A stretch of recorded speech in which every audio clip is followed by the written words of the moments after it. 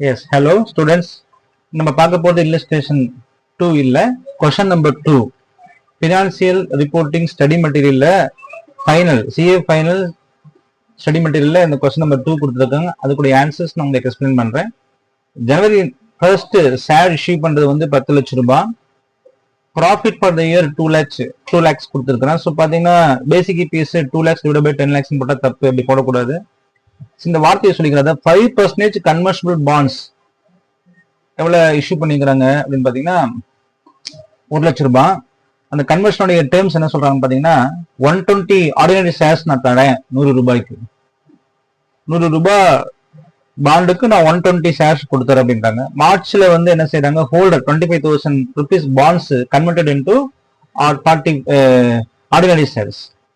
அப்ப நம்ம இந்த இடத்துல வந்து பாத்தீங்கன்னா பேசிக் இபிஎஸ்ல வந்து ப்ராஃபிட் டிவைட் பை வேன்ஸ் போடுறது, அதாவது EPS earnings available for equity shareholders divide by weighted average number of shares. இந்த weighted average number of shares வந்து PAT divide by number of shares தான் கிட்டத்தட்ட. ஸோ இந்த 10 lakhs போட்டா ராங் ஆன்சர்ஸ். இந்த ராங் ஆன்சர்ஸ் எடுத்துக்கொள்ள கூடாது. என்ன பண்ணணும் சார், ஏன் சார் அப்படின்னு கேட்டீங்கன்னா 25,000 கன்வெர்ட் எப்பதாகுதுன்னு பாத்தீங்கன்னா மார்ச் 31. மார்ச்சுக்கு அப்புறம் என்ன ஆயிடுச்சு அப்படின்னு பாத்தீங்கன்னா அந்த 25,000 பாண்ட் வந்து ஈக்விட்டி ஷேர் ஹோல்டர் மாறுது. அப்ப லாஜிக்கலா 25,000 டிவைடட் பை 100, ஏன்னா 100க்கு 120 ஷேர்ஸ். அப்ப 25,000 டிவைட் பை 100 போட்டு 120 போட்டீங்கன்னா நமக்கு எவ்வளவு கிடைச்சிடும் செக் பண்ணி பார்த்தலாம். 25,000 பாண்டு இல்லையா வகுத்தல் டிவைடட் பை 100னா 120 ஷேர்ஸ் கொடுக்குறாங்க. அப்ப நமக்கு 30,000 ஷேர்ஸ் கொடுக்குறாங்க. அதாவது யாரெல்லாம் பாண்டு வச்சுக்கிறீங்களோ அவங்களுக்கு என்ன கிடைச்சிருது சார், அப்ப 25,000 பாண்டு வச்சிருக்கக்கூடியவங்களுக்கு எவ்வளவு ஷேர்ஸ் கிடைக்குது, 30,000 ஷேர்ஸ் கிடைக்குது. ஆனா 9/12 போறோம். ஏன் 9/12 அப்படின்னா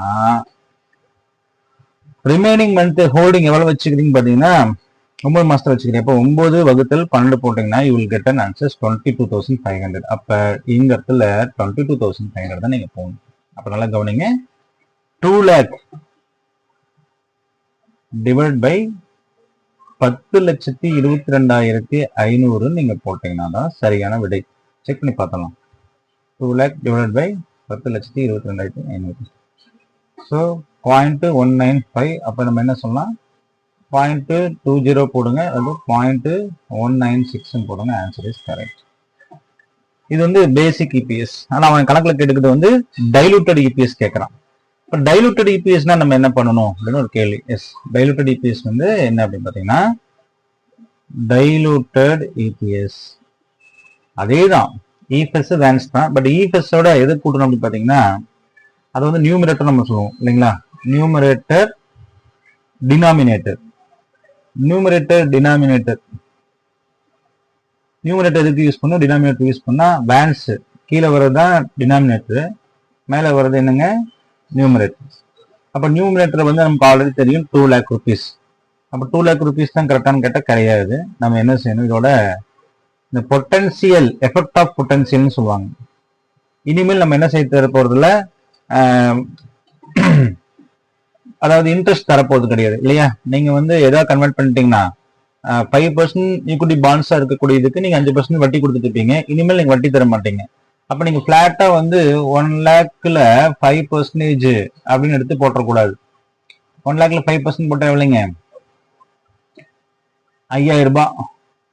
இப்படி போட்டு 70% 35,000 ரூபாய் 3,500 ரூபாய் போட்டா, ஏன்னா 70% டாக்ஸ் ரேட் கொடுத்துக்கணும் 30%.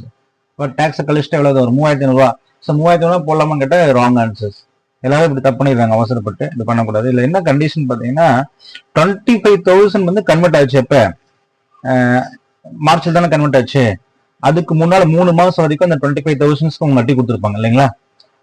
ஏன்னா கன்வெர்ட் ஆகிறது வந்து மார்ச் தான். அப்ப 25,000க்கு 5% 3 மாசத்துக்கு அவங்க கொடுத்துருப்பாங்க. ஆனா எவ்வளவு அதுக்கு நம்ம 70% எடுத்துக்கோங்க. ஏன்னா 30% டாக்ஸ் கழிச்சுட்டு 70% ஆகும். அப்ப இது வந்து என்ன செய்யணும்னா 25,000க்கு நீங்க போடணும். 25,000க்கு 5% இன்ட்டு 3/12 இதான் வட்டி.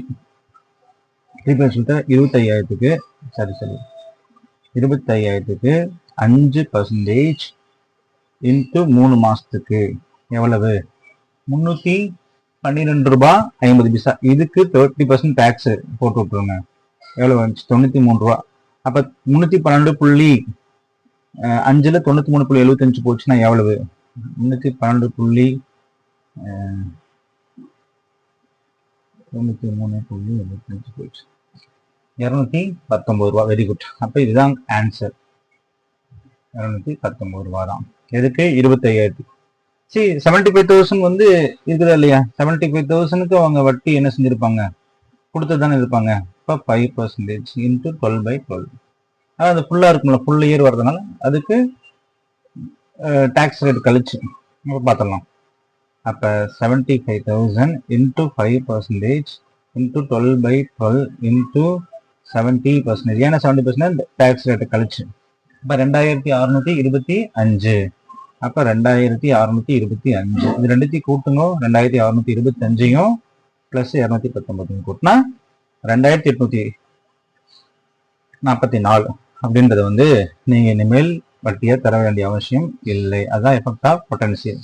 அப்போ 2,02,244 தான் உங்களுக்கு நியூமரேட்டர்ஸ். ரொம்ப ஈஸியாக வாங்கியிருக்குன்னு நினைக்கிறேன். சரி சரி. அப்புறம் கடைசியாக நமக்கு வரக்கூடியது என்னதான்? வேன்ஸ் ஆல்ரெடி உங்களுக்கே தெரியும். 10 லட்சம் ஆல்ரெடி இருந்துச்சு. நீங்க கூப்பினது வந்து என்னாச்சு? 22,500 ரூபா இருந்துச்சு. ஸோ 10,22,500 இதுதான் ஆன்சர் கேட்ட கிடையாது. ஏன் அப்படின்னா இந்த 75,000 ஷேர்ஸ் ஹோல்டர் இருக்கிறாங்க இல்லைங்களா? அப்ப இந்த 75,000 ஷேர் ஹோல்டர்ஸ் அவங்களுக்கு அதே கான்செப்ட் தானே. ஏன்னா கன்வர்சபிள் தானே எல்லாமே. இன்டூ அப்ப 75,000 divided by 120, divided by 75,000 divided by 100 into 120. So 90,000 இல்லைங்க, 90,000.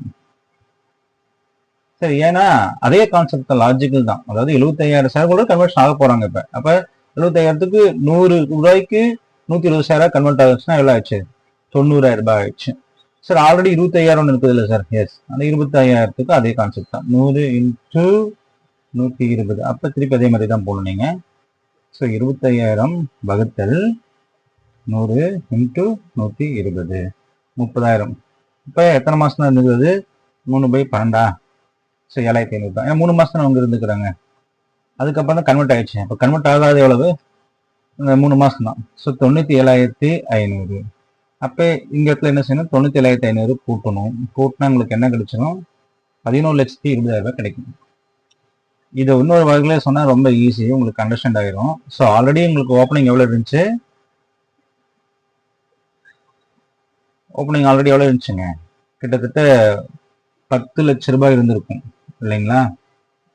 இப்ப 1 லட்சம் ஷேர்ஸ் என்னவா கன்வெர்ட் ஆகுது? 1 லட்சம் ஷேர்ஸ் டிவைடட் பை 100 இன்ட்டு 120 எவ்வளவு ஆச்சுங்க? 1,20,000 ஆகும். அப்ப பாருங்க ஆன்சர் 18, 11,20 வரணும் உங்களுக்கு ஆன்சர். ஸோ இது குறுக்கு வகையில போறது.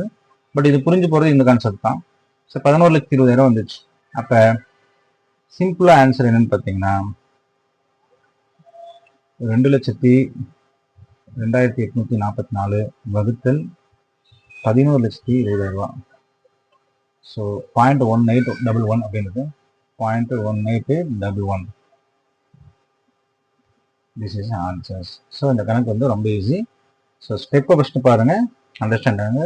டவுட் வந்தால் எனக்கு கமெண்ட் பண்ணுங்க. தேங்க்யூ.